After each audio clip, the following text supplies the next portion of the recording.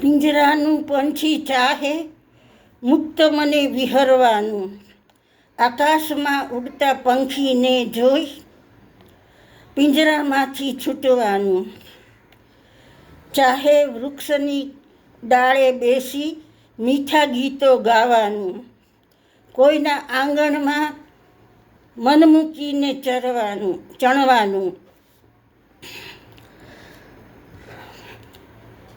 ચાહે પંખીની ચાંચમાં ચાંચ નાખી વહાલ ઘડીક કરવાનું, નાનકડા બચ્ચાને હૂંફમાં રાખી કુમળી ચાંચમાં દાણા નાખી ખબર આપતા શીખડાવવાનું.